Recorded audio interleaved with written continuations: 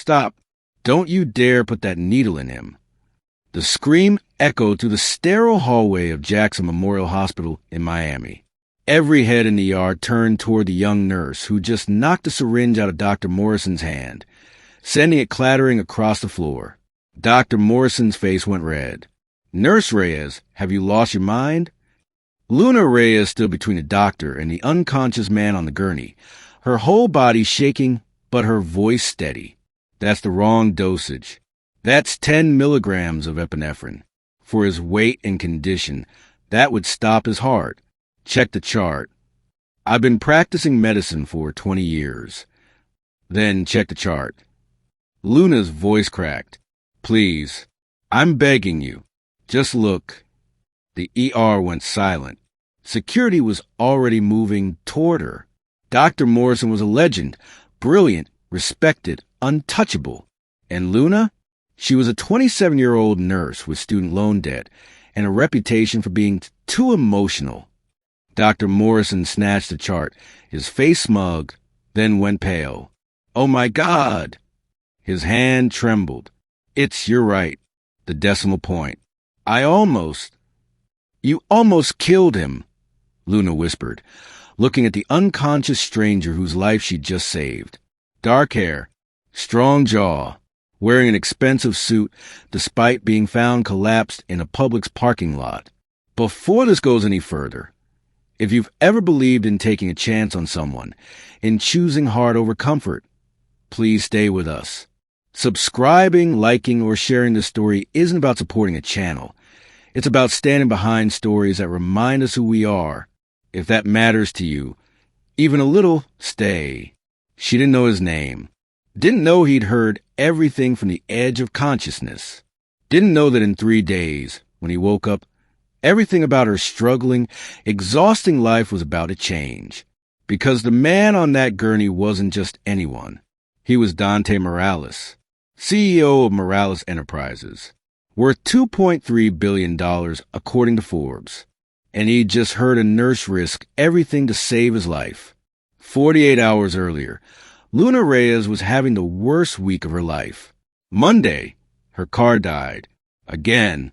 The Honda Civic she'd been nursing along for 8 years finally gave up on I-95, forcing her to Uber to her shift at Jackson Memorial, $1.47 she couldn't afford. Tuesday, her landlord raised the rent on her studio apartment in Little Havana by $200. In Miami, that was the difference between surviving and drowning. Wednesday, she picked up a double shift to cover the extra rent, which meant missing her little sister's quinceañera dress fitting. Sophia had cried on the phone. Luna had cried in the hospital bathroom. Thursday morning, 6 a.m., Luna stood in the Publix on Brick Hill Avenue buying the cheapest coffee and a granola bar for breakfast. Her nursing scrubs were faded from too many washes. Her sneakers had holes she'd covered with duct tape. The woman in line behind her wore Louboutins and judgment. "Some people really should learn to take care of themselves," she muttered to her friend, loud enough for Luna to hear. Luna paid with exact change, grabbed her sad breakfast, and headed to her shift. By noon, she'd handled 3 cardiac arrests, 1 combative patient, and a doctor who screamed at her for being too slow with paperwork. She ate lunch standing up in the supply closet because the break room was full and she didn't have the energy to make small talk. At 3 p.m., the ambulance brought him in. Male, approximately 40, found unconscious in a parking lot. No ID, possible cardiac event, BP crashing. Luna helped transfer him to the ER bed. Even unconscious, he was striking. Looked like he took care of himself, fit, well-groomed, wearing a suit that probably cost more than her monthly salary. Probably some corporate guy who works too hard, another nurse muttered. Heart attacks don't care about your tax bracket. Dr. Morrison took over, barking orders. Luna prepped the medications, her hand steady despite her exhaustion. This was the part of nursing she loved. The clarity of crisis, the way nothing mattered except saving the person in front of you. But when she glanced at the medication Dr. Morrison was preparing, her blood went cold. "Doctor, that's..." I know what I'm doing, Nurse Reyes. But the dosage... I said I know what I'm doing. Prep him for injection. Luna looked at the chart, then at the syringe, then at the unconscious man whose heart was already struggling. That's when she screamed. After security escorted her out of the ER, Luna sat in the hospital chapel, waiting to be fired. She'd assaulted a doctor, caused a scene, humiliated a man who'd trained at Johns Hopkins and saved hundreds of lives. The fact that she'd been right didn't matter. In hospital politics, being right was less important than being respectful. Luna, she looked up. Margaret Torres, the head nurse, stood in the doorway. Her face was unreadable. Am I fired? No. Margaret sat beside her. Dr. Morrison admitted his mistake. The decimal point error. You saved that man's life. Luna's eyes filled with tears.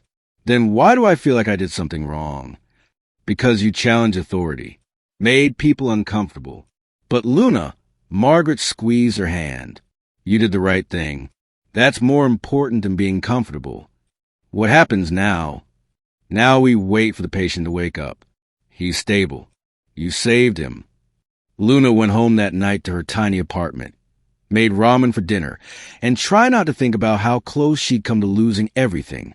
Her job, her license, her ability to send money to her family.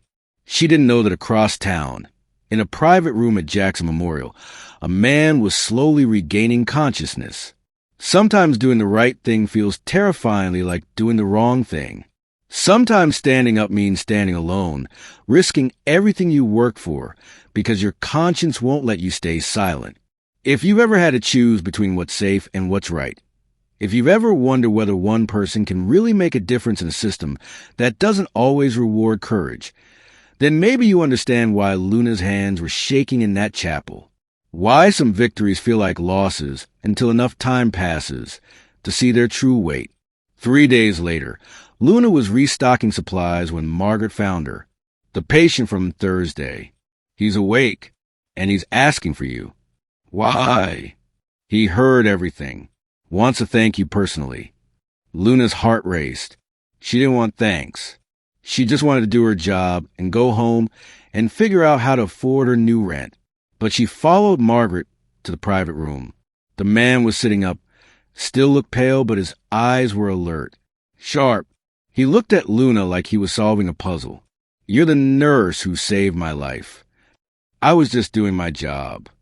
By challenging a doctor? By risking your career? His voice was strong despite 3 days unconscious. That's not just a job. That's character. You would have done the same. I like to think so, but most people don't. He extended his hand. Dante Morales. Luna shook his hand, trying to place the name. It sounded familiar. Luna Reyes. Luna, moon. Fitting name for someone who shines light in dark places. She blushed. I saw the error.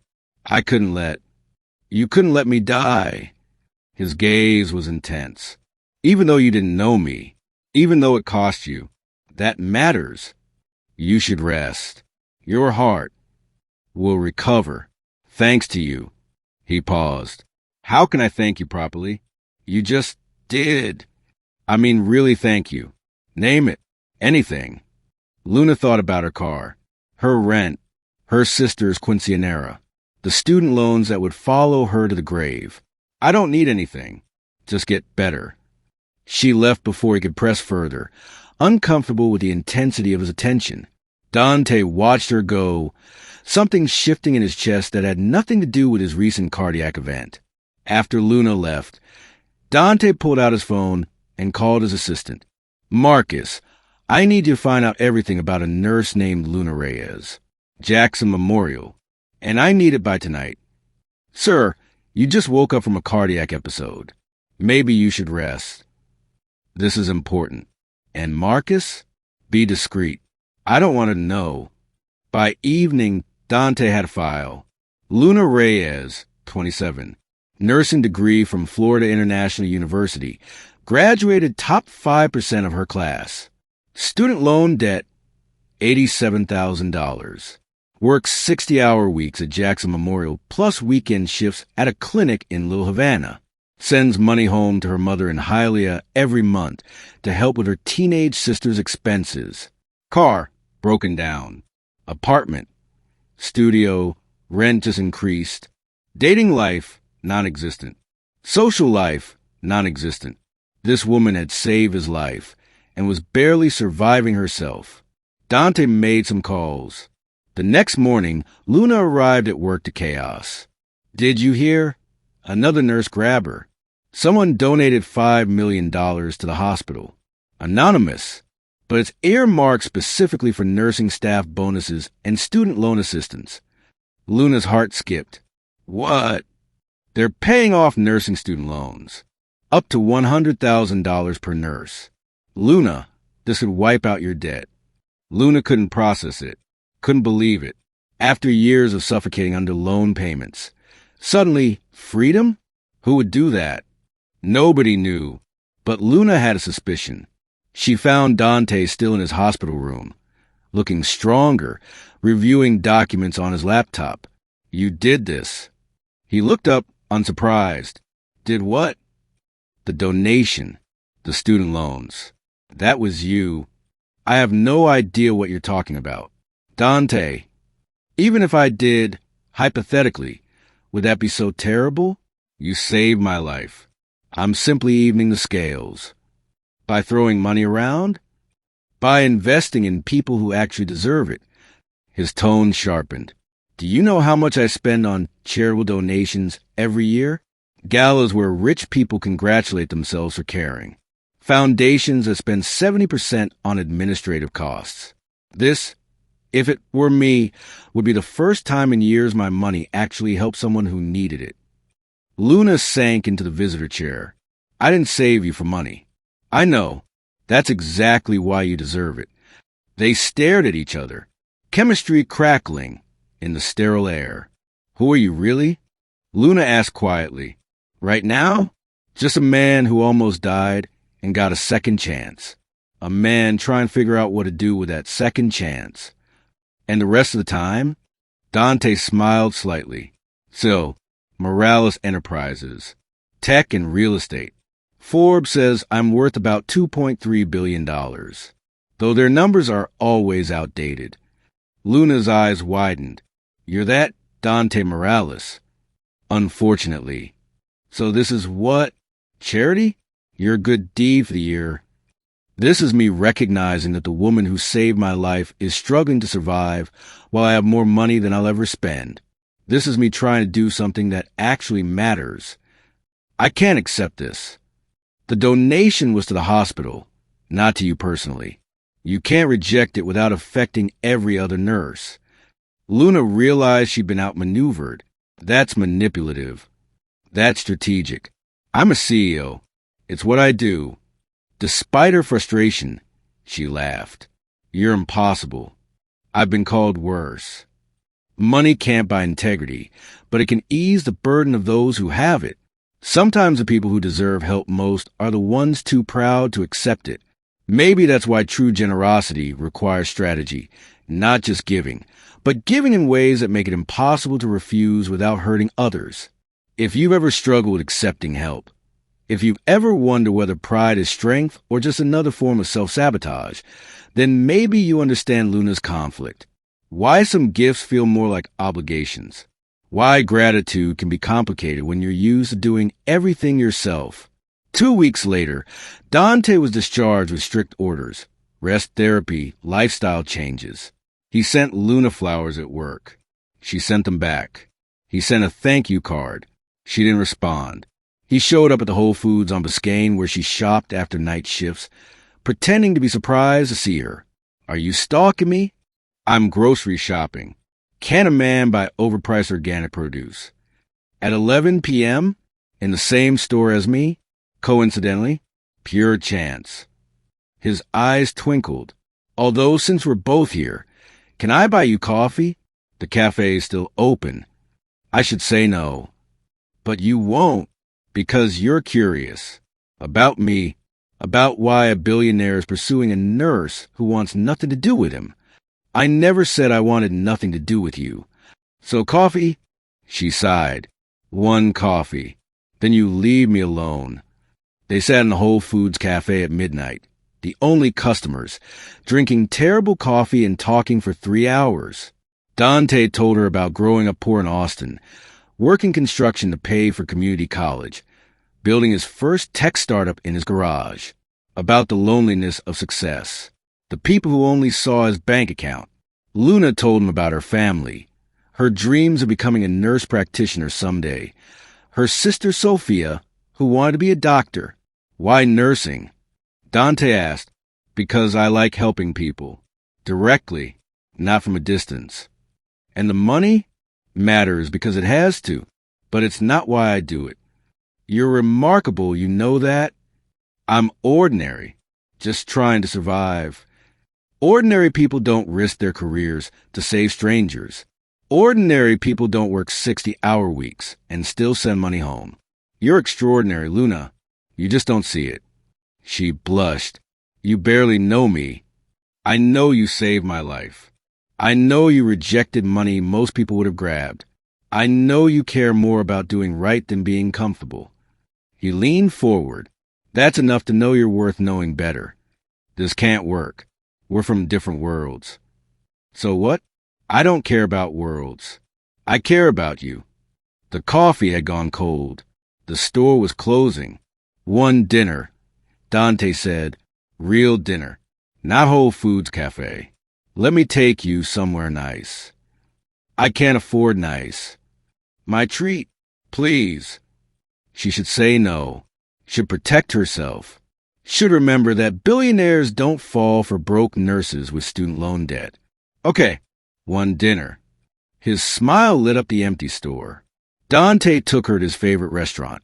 Not some fancy place, but a small Cuban restaurant in Little Havana his mother had loved before she died. I thought you'd take me somewhere expensive. Why? So you'd be uncomfortable the whole time? No, I wanted somewhere real. Over Ropa Vieja and Tostans, they talk about everything. Families, fears, dreams. Can I tell you something? Dante said, that cardiac event, it wasn't random. What do you mean? I've been working myself to death. Literally. 80-hour weeks. No rest. No life. Just work. He looked at his plate. My doctor warned me. Said I'd kill myself if I didn't slow down. I didn't listen. Why not? Because work was safe. Controllable. I knew how to succeed at business. Relationships? Life? Those were harder. So you almost died rather than be vulnerable? Sounds stupid when you say it like that. It is stupid. She reached across the table, took his hand. Dante, I see people die every week. Young, old, rich, poor. Death doesn't care about your resume. What matters is who you loved, who loved you back. The moments you actually lived instead of just working. You're right. I know. I'm always right. Ask my sister. He laughed, then got serious. Luna, I need to tell you something. After you saved me, I had Marcus investigate you. She pulled her hand back. You what? I'm sorry. It was wrong. But I needed to know who you were. And what I found, he paused, you're drowning, working yourself to death just like I was. And I want to help. I don't need. I know you don't need it. But what if you could want it? What if you could let someone help carry the weight? Why? Why do you care? Because you saved my life. Because you're remarkable. Because when I'm with you, I remember what actually matters. He took her hand again. Because I'm falling for you, Luna. And I want to be the kind of man worthy of a woman who fights doctors to save strangers. She was crying now. This is crazy. We've known each other 2 weeks. I almost died. It clarifies things. Makes you realize life's too short for slow burns and playing it safe. What are you saying? I'm saying I want to date you. Really date you. Not one dinner. Not a charity case. A real relationship. And when you realize I'm just a broke nurse with debt and family drama and zero interest in your billionaire world, then I'll thank God I found someone real in a world of fakes. Luna looked at this impossible man, offering her an impossible thing. Okay, let's try. But Dante, I need you to understand something. I won't be your project, your good deed. If we do this, we're equals. I bring as much to this table as you do. I know. That's why I'm here. Luna's life transformed, but not how she expected. Dante didn't throw money at her, didn't buy her a car or pay off her remaining debt, or move her into his penthouse. Instead, he showed up at her apartment with groceries when she worked doubles, at the hospital with coffee during her breaks, at Sophia's quinceanera, dancing merengue with her mother. He introduced her to his world, galas, business dinners, charity events. She introduced him to hers, family dinners in Hialeah, dominoes on the porch, Miami Heat games on her laptop. And slowly, impossibly, it worked. You're good for him, Marcus told her at a company event. He's different now, healthier, happier. He's good for me too. Reminds me there's more to life than survival. When Dante proposed, on the same bench at the hospital where they'd first talked, Luna cried. This is insane. We've known each other 6 months. I almost died. You saved me. I'm not wasting time pretending I don't know what I want. What if your board thinks I'm a gold digger? What if? Then they can resign. Luna, you're the only real thing in my life. Say yes. She did. They married at the same Cuban restaurant where they'd had their first dinner. Small wedding. Her family. His closest friends. Margaret Torres from the hospital. Sophia as maid of honor. No media. No society wedding. Just love. During his vows, Dante said, Luna, you saved my life twice. Once in the ER when you challenged the doctor. Once every day after, when you remind me what's worth living for. You didn't fall for my money. You fell for me when I was just a man on a gurney. That's a gift I'll spend my life trying to deserve. Luna's vows. Dante, you taught me that accepting help isn't weakness. That love doesn't care about bank accounts. That sometimes the strangers we save end up saving us back. I love you, not because you're a billionaire, but because you're the man who chose a hospital cafeteria over a 5-star restaurant. The man who dances with my mother. The man who saw me when I felt invisible. After the ceremony, at the reception, Dr. Morrison approached Luna. I owe you an apology. A real one. You saved that man's life. You saved my career by catching my mistake. And I treated you like you were nothing. You were having a bad day. It happens. It shouldn't. Thank you, Luna, for your courage. Later, dancing with Dante while her family celebrated around them, Luna whispered, I still can't believe this is real. Believe it. You married a billionaire who would give it all up for one more day with you.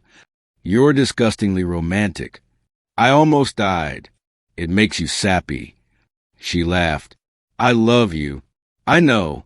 Best decision I ever made, collapsing in that Publix parking lot. That's a terrible meet-cute. The best stories usually are. Sometimes saving someone's life is just the beginning of a story. Sometimes the person you rescue ends up rescuing you right back. Maybe that's what love really is. Not finding someone perfect, but finding someone who makes you want to be better. Someone who sees your worth when you're too tired to see it yourself.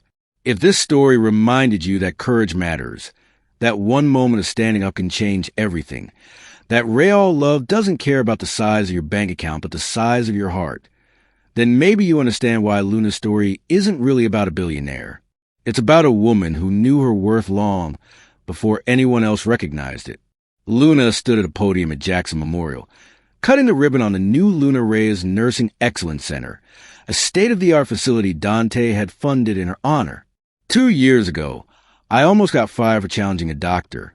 Today, I'm standing in a center that teaches nurses to speak up, to trust their instincts, to prioritize patients over politics. She looked at Dante in the front row, holding their 6-month-old daughter, Sophia Luz Morales. Someone once told me I'm extraordinary for doing my job. I'm not. I'm just a nurse who refused to stay silent when silence would have cost a life. But here's what I've learned. We're all extraordinary when we choose courage over comfort, when we stand up instead of staying quiet, when we save each other. After the ceremony, driving home with Dante and baby Sophia, Luna's phone buzzed. A text from a young nursing student. I saw your speech. I've been too scared to speak up at my hospital. Thank you for reminding me why it matters. Luna showed Dante. He smiled. You're changing the world. One nurse at a time. We're changing it. Together. Best partnership ever. Even better than our meet cute? Especially because of our meet cute. She laughed, kissed him a red light, and drove home to their life, not perfect, but real, built on courage, sustained by love, and started because one nurse refused to let a stranger die. Sometimes saving someone is just saving someone. And sometimes it's saving yourself too. If this story touched you in any way, if it made you feel something, pause for a moment, or see life a little differently, please don't let it end here. These stories take heart, time, and care to create, and your support is what keeps them alive. Subscribing, liking, or sharing isn't just a click. It's a quiet way of saying this mattered. If you believe stories like this deserve to be told, please stay with us.